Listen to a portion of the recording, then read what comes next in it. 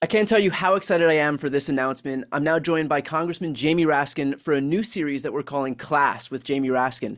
So every episode, he'll take on a different right-wing constitutional fallacy, one of these bogus claims that have gained a foothold in our body politic by virtue of sheer repetition by conservatives. And we're going to cover the Second Amendment and presidential immunity and Christian nationalism and so much more. And trust me, no one is better at swatting down perversions of the Constitution like JAMIE Raskin. So I'm going to hand it over to the congressman where he'll tackle today's right-wing fallacy, this idea that it is unfair and undemocratic and therefore unconstitutional to bar insurrectionists who are former federal office holders from the ballot, an issue that's especially relevant today. Congressman. Brian, thank you so much. I'm really delighted to do this, and thank you for prompting me to do it. Everywhere that I go in the country, I'm out campaigning for the Democrats, campaigning for the democracy. People say, God, I really wish I could do a constitutional law class with you. And then you actually said, well, why don't we do a constitutional law class? And so we're going to take the primary fallacies and fever dreams of America's right wing with respect to the Constitution, and we're going to explore them, analyze them, and then debunk them and refute them. And it is through that process that we're going to learn about what the real Constitution says. So today, we're going to start off with this fallacy that it is unfair and undemocratic and therefore unconstitutional to bar insurrectionists who are former federal office holders from the ballot. I'm going to start just by showing you the text of the Constitution, Section 3 of the 14th Amendment. It says, no person shall be a senator or representative in Congress or elector of president and vice president or hold any office, civil or military, under the United States or under any state, who, having previously taken oath as a member of Congress or as an officer of the United States or as a member of any state legislature or as an executive or judicial officer of any state, to support the Constitution of the United States shall have engaged in insurrection or rebellion against the same or given aid or comfort to the enemies thereof. But Congress may, by a vote of 2/3 of each house, remove such disability. Okay, this is the so-called insurrection disqualification clause. If you've sworn an oath to support the Constitution of the United States, you've violated that oath by engaging in insurrection or rebellion against the Union, then you're never allowed to hold public office again at the federal level or the state level. And we would say that the plain meaning of Section 3 of the 14th Amendment is perfectly clear. But I want to look at the main thing that you hear people say in public debates and political debates when you turn on the TV, which is, it would just be unfair and undemocratic and therefore unconstitutional to exclude Donald Trump from the presidential ballot in Colorado and from the rest of the country because it would uniquely punish him and it would deny the people the right to choose the candidate of their choice, and therefore it should be deemed to be unconstitutional. So let's start with the fallacy, which I think is at the very foundation of this claim, and that fallacy is that if something is deemed to be undemocratic or unfair, it's unconstitutional. And I think we can determine very quickly that this is false. In fact, there are lots of things that are unfair and undemocratic that are not only perfectly consistent with the Constitution, but are required by the Constitution, are compelled by the Constitution. In fact, I think you could say that the history of our country has been defined by social and political struggles of the people to take things that were in the Constitution that were unfair and undemocratic and to take them out and to replace them with a more democratic Constitution and therefore a more perfect union. The vast majority of the 17 constitutional amendments we've had since the original Bill of Rights are all democratizing amendments. They are amendments that have swept in people who were excluded and disenfranchised and discriminated against and subjugated under prior constitutional arrangements. So the 13th Amendment abolished slavery. What's more unfair or undemocratic than that? And yet that was cemented into the pre-Civil War, pre-Reconstruction Constitution by the Supreme Court in the Dred Scott decision, which said that African Americans had no rights the white man was bound to respect, and that the Constitution was a white man's compact. And it was built based on the idea of white-only political institutions. And so it took us a civil war and the passage of the 13th Amendment to overturn that undemocratic and unfair idea that was built into the fabric of the Constitution. The 19th Amendment banned sex discrimination in voting and doubled the franchise in America. The 24th Amendment banned poll taxes in federal elections, later extended to state elections by ruling of the Supreme Court. So, all of which is to say, the whole trajectory of our constitutional development has been to take undemocratic features built into the Constitution and to abolish them and replace them with a more democratic Constitution. So just to say something is undemocratic does not mean by a long shot that it's unconstitutional. And in fact, I'm sure all of you are thinking of 5 or 6 different features of the Constitution today that are totally undemocratic, and yet the court has defined them as very much part of the constitutional structure. For my friends in Washington, D.C., 713,000 draftable tax-paying citizens of the United States are the only residents of a national capital on the planet Earth who are not represented in their own federal legislature. They've noticed for a couple centuries and more that their situation is undemocratic and unfair, and they brought a lawsuit asserting that it was undemocratic and unfair and therefore unconstitutional in a 1998 case called Alexander versus Daley, which was rejected on appeal by a court in a decision actually written by Merrick Garland. And Garland said, yeah, it's unfair, it's undemocratic, something should be done about it, but there's nothing that we can do because it's built into the state-based structure of the political constitution in order to be represented in the Senate and in the House of Representatives. With voting representatives, you need to be a state. And so that gave the impetus to our friends in Washington to fight harder for their movement to be admitted as a state by Congress under Article 4 of the Constitution, which gives Congress the power to admit new states. But see, there's an example where an undemocratic and unjust political feature of the Constitution was deemed to be perfectly constitutional. All right, so I hope I've proven to you that the underlying fallacy of the argument disassembles its entire grammar, but let's pursue it even further.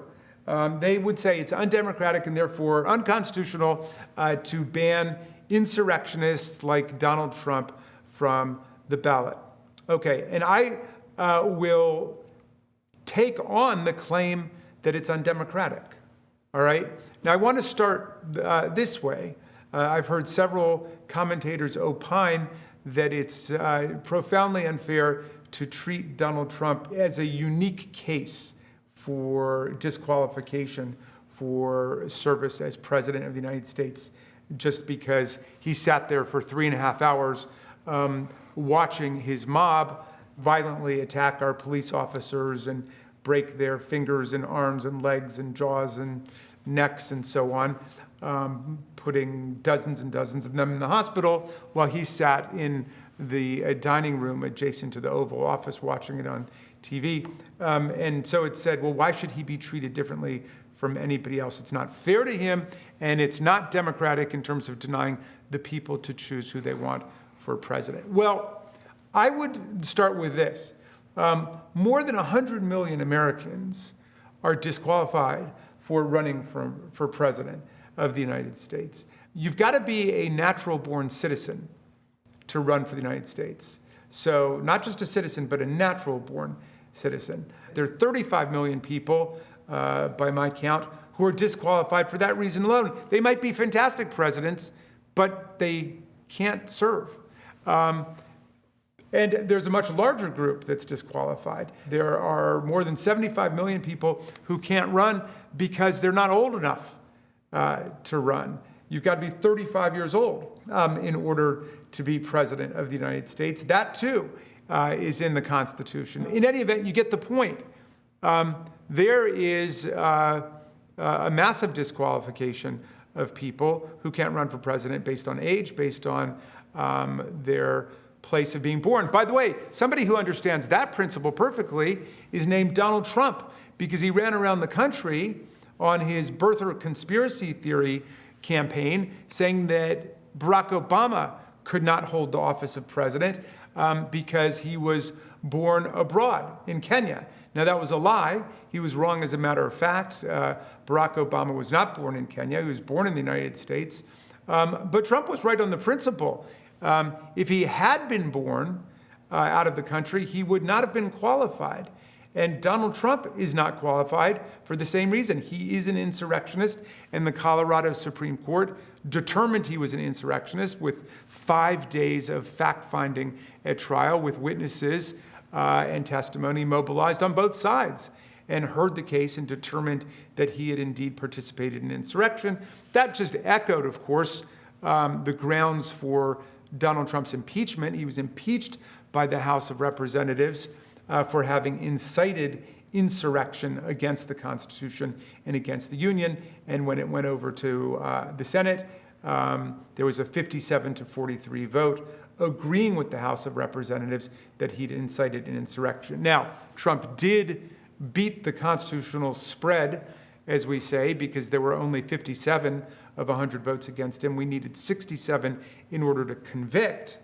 But nonetheless, we've got robust bicameral, bipartisan majorities defining as a constitutional fact that he actually engaged in the conduct, which was the insurrectionary incitement against the Constitution. There's another category of people, by the way, who can't hold the office of presidency, another small group, like the group of insurrectionists, and that is people who've held the office before. The 22nd Amendment said that no person shall be elected to the office of the president more than twice. Barack Obama can't run for president again because he's served 2 terms. Is it undemocratic? Maybe not, if you include in the definition of democracy that we should be taking turns. In any event, even if you really want Barack Obama to be president again, you might say it's undemocratic. You might say it's unfair. You can't say it's unconstitutional. It's very clearly in the Constitution and the explicit purpose of the 22nd Amendment, just like the explicit purpose of Section 3 of the 14th Amendment, adopted in 1868 at the behest of the radical Republicans in Congress, was to disqualify those who'd engaged in insurrection from ever holding public office again. Now let me grab the bull by the horns, and let's talk about whether that's democratic or undemocratic to say that.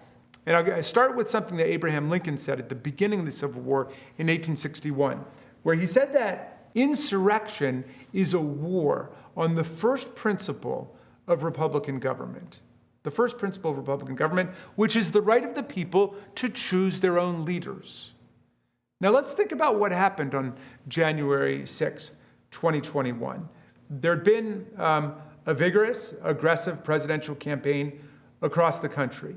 Joe Biden beat Donald Trump by more than 7 million votes, 306 to 232 in the Electoral College, a margin which Donald Trump had actually described as an absolute landslide when he had beaten Hillary Clinton, bizarrely, by the exact same margin. So Joe Biden wins by an absolute landslide and more than 7 million in the popular vote. And Donald Trump, who had been conditioning his people to get ready for this fraudulent attack on the election for months, claimed, no, it's all fraud, it's all corruption.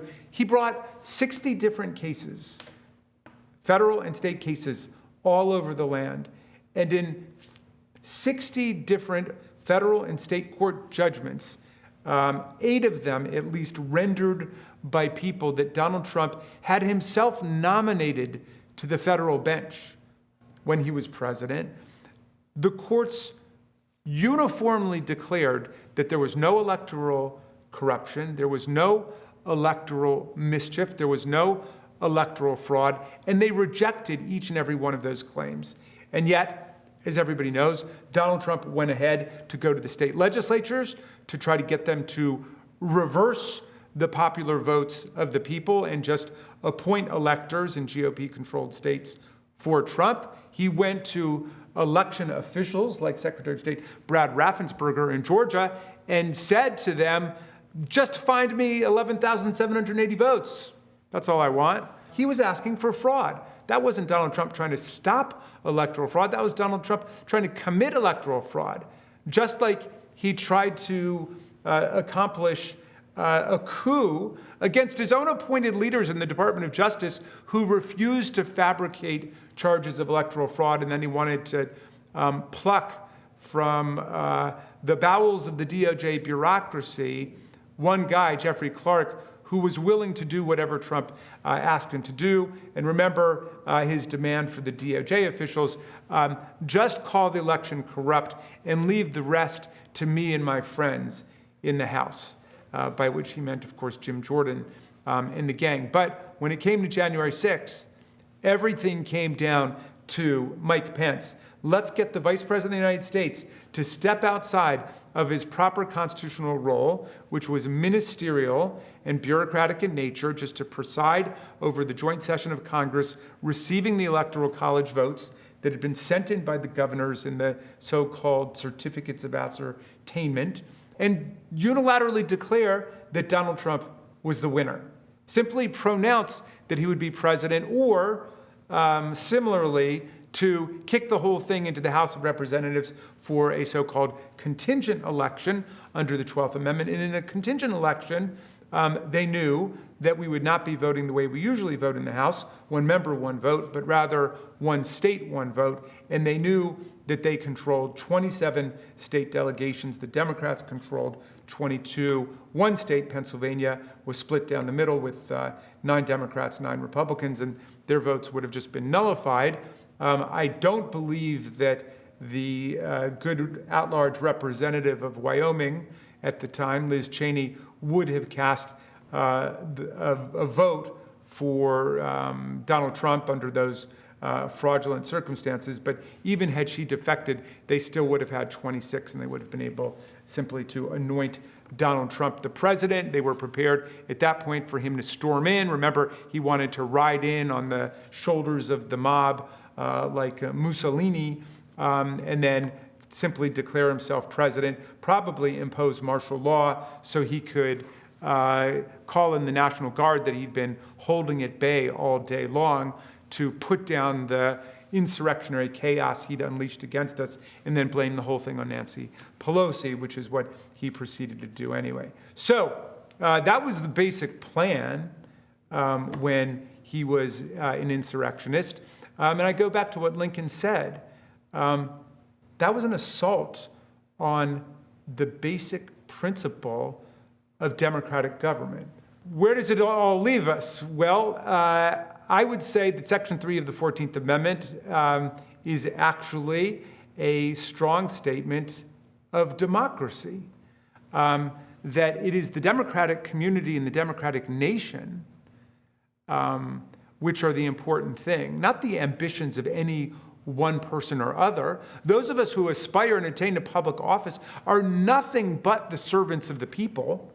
The moment that somebody in public office begins to think that he or she is like a king or a queen, the kind that we overthrew in the American Revolution, a lord, somebody who must be bowed down to, someone we must scrape to and defer to and curry favor with, that's the moment to eject, reject, evict, impeach, convict, scrap, and start all over again. Because the highest office in a true constitutional democracy is that of citizen.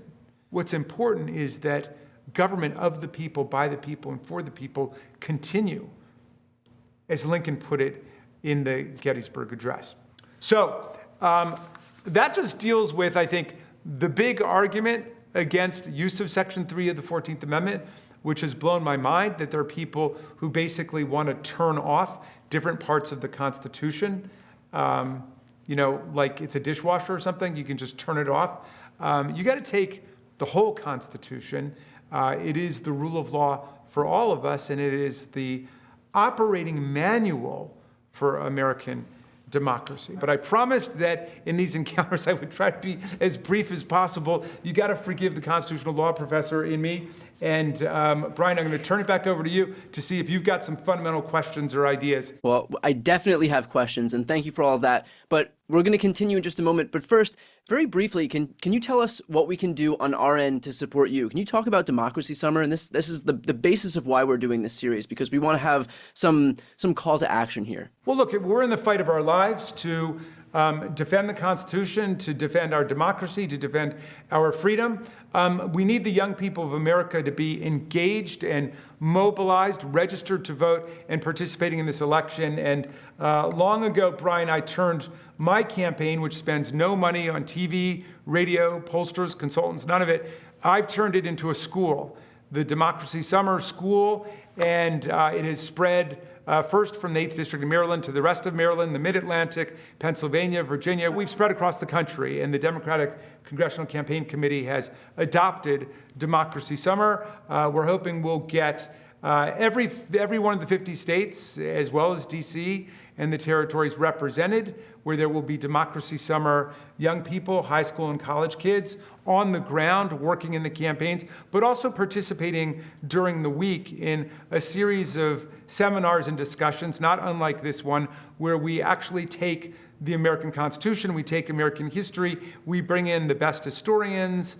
like Alexander Kaysar, who wrote the definitive book about the right to vote, like Tim Snyder, who everybody knows has been the great champion of the people of Ukraine and wrote on tyranny. Civil rights activist Bob Moses, who we lost a few years ago, used to kick us off in Democracy Summer. He, of course, was the motive force behind Freedom Summer. My late lamented colleague John Lewis participated. My beloved friend Benny Thompson from Mississippi, Alexandria Ocasio-Cortez, you name it. I mean, everybody's getting involved in Democracy Summer.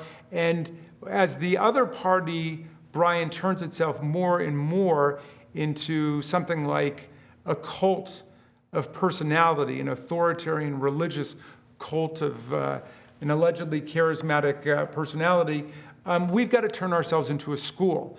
And we got to do it quickly, and we need education, and we need real dialogue, and those of us in public office need to be learning from the young people because they've got thoughts and feelings and ideas and experiences we need to learn about, and we've got things to teach them. And so it's all about creating this intergenerational dialogue and then all working together as the party of democracy and freedom to move forward in the country.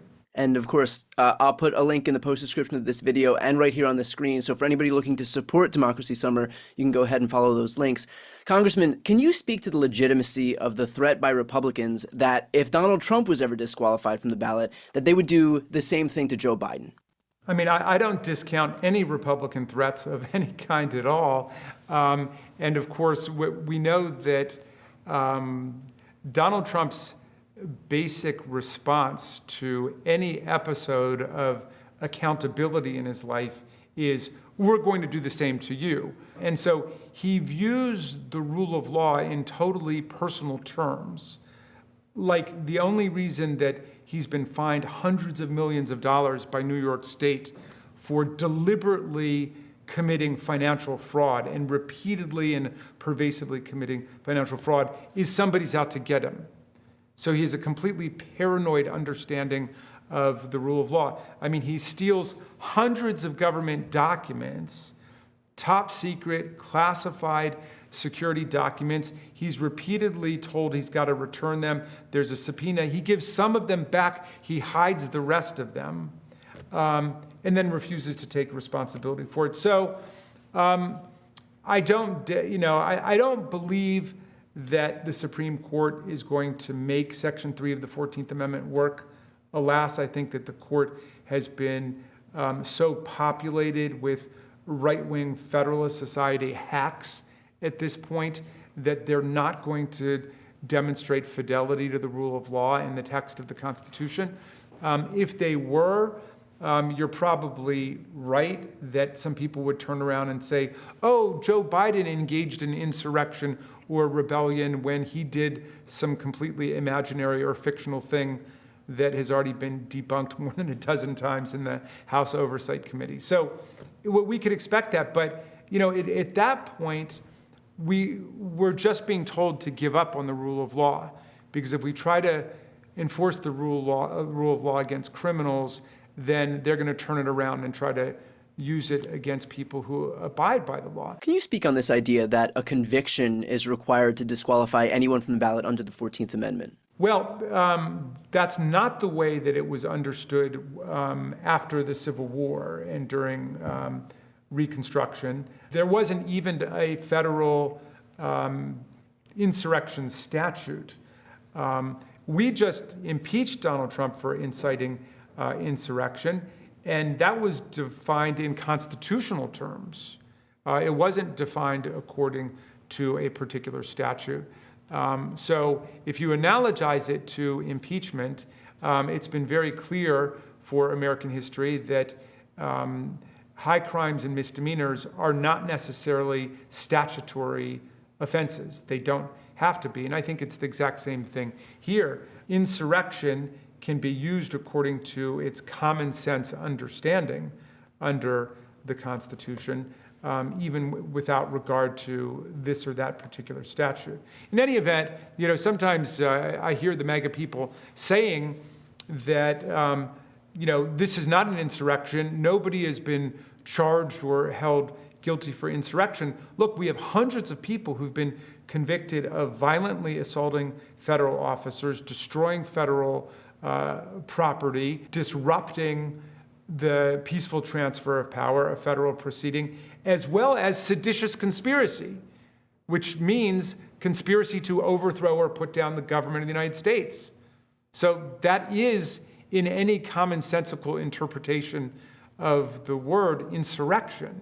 Seditious conspiracy is a form of insurrection, and that's what Stuart Rhodes, the Yale Law School graduate and head of the Oath Keepers, was convicted of, seditious conspiracy, and was sentenced to, I think, 18 or 19 years in prison.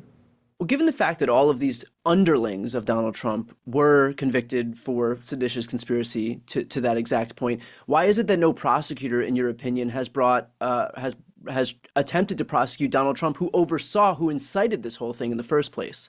But I don't want to speak for the special counsel, Jack Smith. I don't know exactly what his rationale was in choosing certain offenses and not others. I'll tell you, in general, prosecutors pick the offenses where they think the evidence is overwhelming and it is easily proven beyond a reasonable doubt that a person engaged in the criminal conduct. And there, Donald Trump clearly conspired to interfere with a federal proceeding. That was the whole meaning of Stop the Steal. Go in there and blockade the possibility of the peaceful transfer of power taking place. And so they actually did that. They conspired to do that. And so, that strikes me as an easier showing than the criminal showing, beyond a reasonable doubt, that he engaged in insurrection, which isn't to say he didn't, or that case couldn't be made, but we know that Donald Trump, like all good mob bosses, is great at insulating himself from the people who actually do the dirty work, and there's always a bit of a buffer there. I mean, here there was less because of the speech he made, where he came right out and said, you got to go and fight, and you got to fight like hell, and if you don't, we're not going to have a country anymore, and when fraud is involved, all the rules are off, or a different set of rules applies. And so there was a lot of language which demonstrated he was inciting an insurrection, and I think that that's perfectly clear, even without trying to get all of the evidence that he's been trying to hide from people. Criminal conviction aside, there are a number of judges who did find, as a matter of fact, that Trump engaged in insurrection. There was Judge Carter in California, Judge Wallace in Colorado, there was the Colorado Supreme Court. Do you believe that that's enough of a predicate unto itself for Section 3 of the 14th Amendment to kick in?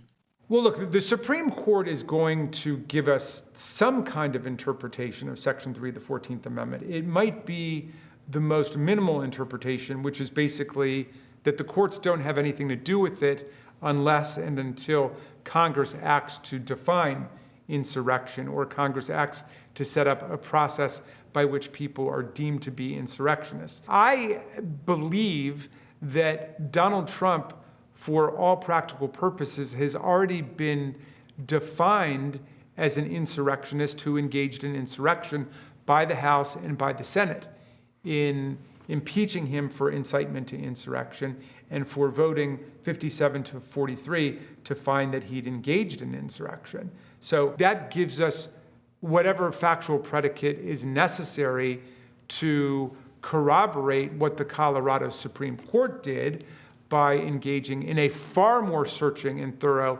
fact-finding process, simply because they had a lot more time, and they also had the benefit of the work of the January 6th Select Committee, which I was proud to serve on under Chairman Thompson and Liz Cheney, who was the vice chair of the committee.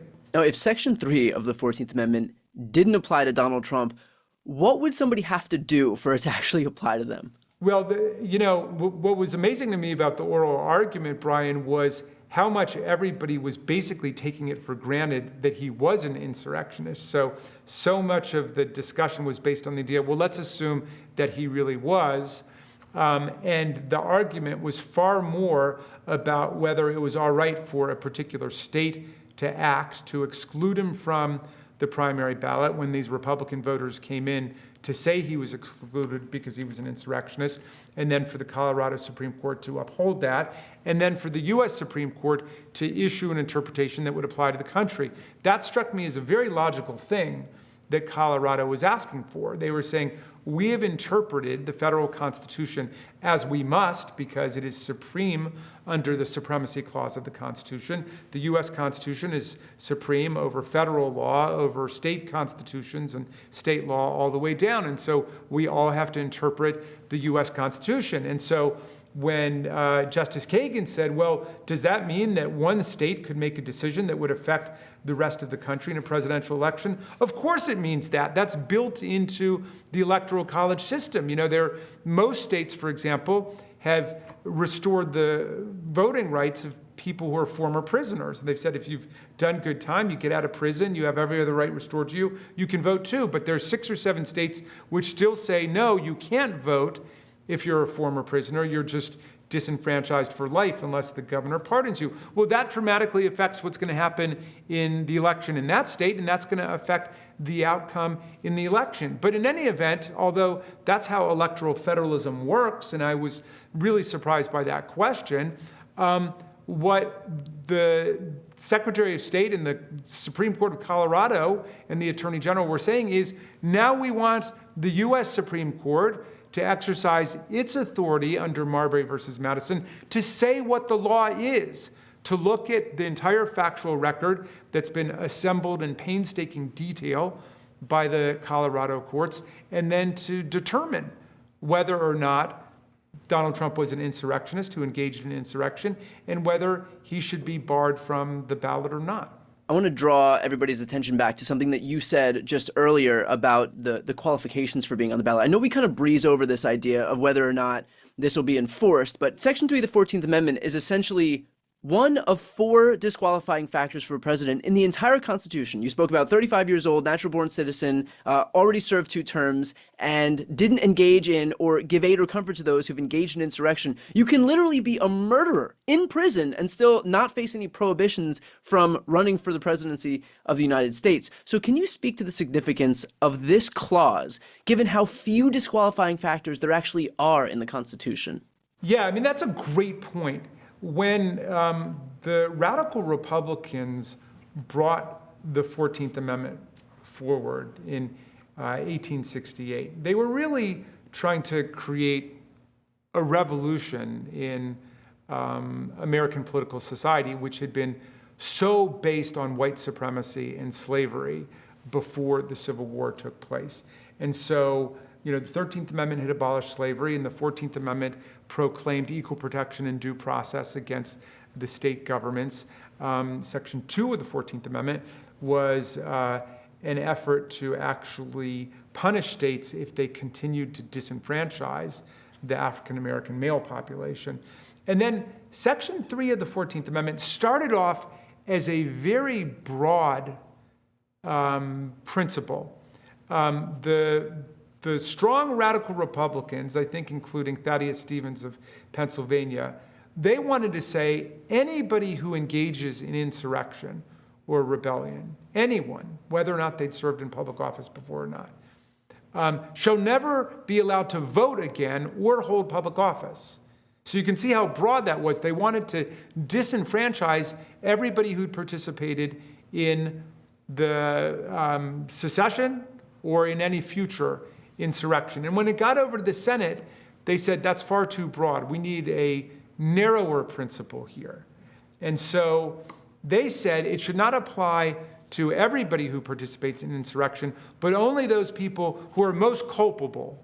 And by that, we mean the people who actually were sworn to support and defend the Constitution against all comers, against all enemies, foreign and domestic, and yet broke that promise and engaged in insurrection. And even in the case of those people, we're not going to disenfranchise them, people like Robert E. Lee or Jefferson Davis or Donald Trump. They can still vote, which is the main attribute of citizenship. They can still participate and they can vote, but they can't be trusted with public office before because they've proven themselves to be disloyal and untrustworthy. So it's actually a very narrow principle that's embodied in the Constitution. And the question is whether our judiciary will do its job in enunciating what the law says and what it means. Now, let's finish off with this, and I do want to give you a moment after you answer this question if you want to have any last words to folks watching right now. But if today was the last day of the semester and you were still teaching constitutional law, which obviously we're trying to resurrect right here, what would you tell your students with regard to the idea of barring insurrectionists who are former federal office holders from the ballot, given the moment we're in right now? You know, the great Tom Paine, who my son Tommy was named after, said at the time of the revolution, the times have found us. The times have found us. And I think the times have found us again, because democracy is under siege all over the world. And freedom is under siege all over the world. And they go together, of course. It's no accident that during the same time period that we get the January 6th insurrectionary violence and attempted coup against the election and the Constitution, we also get the Dobbs decision overturning a half century of jurisprudence, maintaining women's rights of control over their own bodies and their own futures. The attack on democracy almost always doubles as an attack on freedom. In fact, Lincoln had a beautiful image when he was asked about, well, what's the relationship between constitutional democracy and the freedom that's set forth in the Declaration? And he said, well, constitutional democracy is like the beautiful silver frame upon which rests the golden apple of freedom, by which I take him to mean that democracy is necessary for freedom. The autocrats of the world in Moscow, like Vladimir Putin, or the kleptocrats of the world in Mar-a-Lago, like Donald Trump, or the theocrats of the world, like in Saudi Arabia or Iran, are never going to protect your freedom. Our only hope for freedom is in a democratic society, a constitutional democracy with the rule of law. That's where we have the hope of maintaining our freedom and our liberty. But note that it's only necessary, it's not sufficient. I mean, we had the 14th Amendment, and then in 1896 in Plessy versus Ferguson, the Supreme Court retreated to the baseline of white supremacy and said, well, Jim Crow apartheid is perfectly consistent with equal protection because equal protection must be read through the prism of the customs and traditions and usages of the people. And racial apartheid, segregation, Jim Crow were all seen as part of the customs and traditions of the states. Of course, the real role of revolutionary constitutional principles is to destabilize customs and traditions and usages that violate people's freedoms. So, all of which is to say, this is a moment when constitutional patriots can be standing up and must be standing up for democracy and freedom in our country. But I don't want to overly idolize it. As I was saying at the beginning, the Constitution is a living document, not in the sense that the words live. The words, of course, don't live, or they only live through the actions of people. But the Constitution can change by virtue of constitutional amendment. And what we do to change the federal laws and change state laws and change state constitutions and ultimately change the U.S. Constitution itself. It lives through us, and it's an unfolding project. It's always unfinished business, the Constitution of the United States. So even as we defend the Electoral College, for example, in the counting of Electoral College votes on January 6th against Donald Trump and those who would mobilize violence and trickery to try to overthrow a lawfully elected president like Joe Biden. Also, we must be talking about doing the obvious thing. It's 2024. It's time for us to be electing the president the way we elect governors and representatives and senators and mayors and everybody else. Whoever gets the most votes wins. You know, we should be having a popular election for president, which is why I've been a big champion of the National Popular Vote campaign and the movement for a national popular vote. So we both have to defend the existing edifice of democracy against criminal violence and coups, but we also have to keep democracy moving. Tocqueville said in Democracy in America that he observed that democracy and voting rights are either shrinking and shriveling away, or they're growing and they're expanding. And I think that's right. And I think we've got to get back on the growth track. So now is a time, I think, for people to find their inner constitutional patriot and to be fighting for greater democracy and freedom in the country. Well, that was perfectly put. Before we end this, I want to give the floor to you again, Congressman, to let the viewers know what they can expect in upcoming episodes of this series. Well, next time we're going to look at this right-wing fallacy about presidential immunity. Donald Trump has now stated it in the most sweeping and categorical form. He says that as commander-in-chief, the president has the power to do whatever he wants in absolute immunity from any legal consequences for criminal actions, unless he were first impeached by the House and then convicted by the Senate, something which has, of course, never happened all the way in American history. So we're going to look at this claim of absolute presidential immunity. And obviously, you know, all of this, whether we're talking about disqualification or presidential immunity, is very much in the news right now. So hopefully what the congressman just laid out will inform your thoughts about the moment that we're in right now. And more importantly, help debunk some of the disinformation that we're contending with from the right as they continue to exploit the Constitution for their own partisan benefit. Of course, to support this series, as I mentioned before, I again ask for one thing. Please check the post description of this video for ways to support Democracy Summer. And of course, leave us your comments, your thoughts. What did you think about this video? If you have questions for myself or the congressman, definitely leave them in the comment section below. And if you enjoyed this video, as the congressman mentioned, we've got an amazing episode coming up next time as we explore this question that is just as relevant as the one we just spoke about.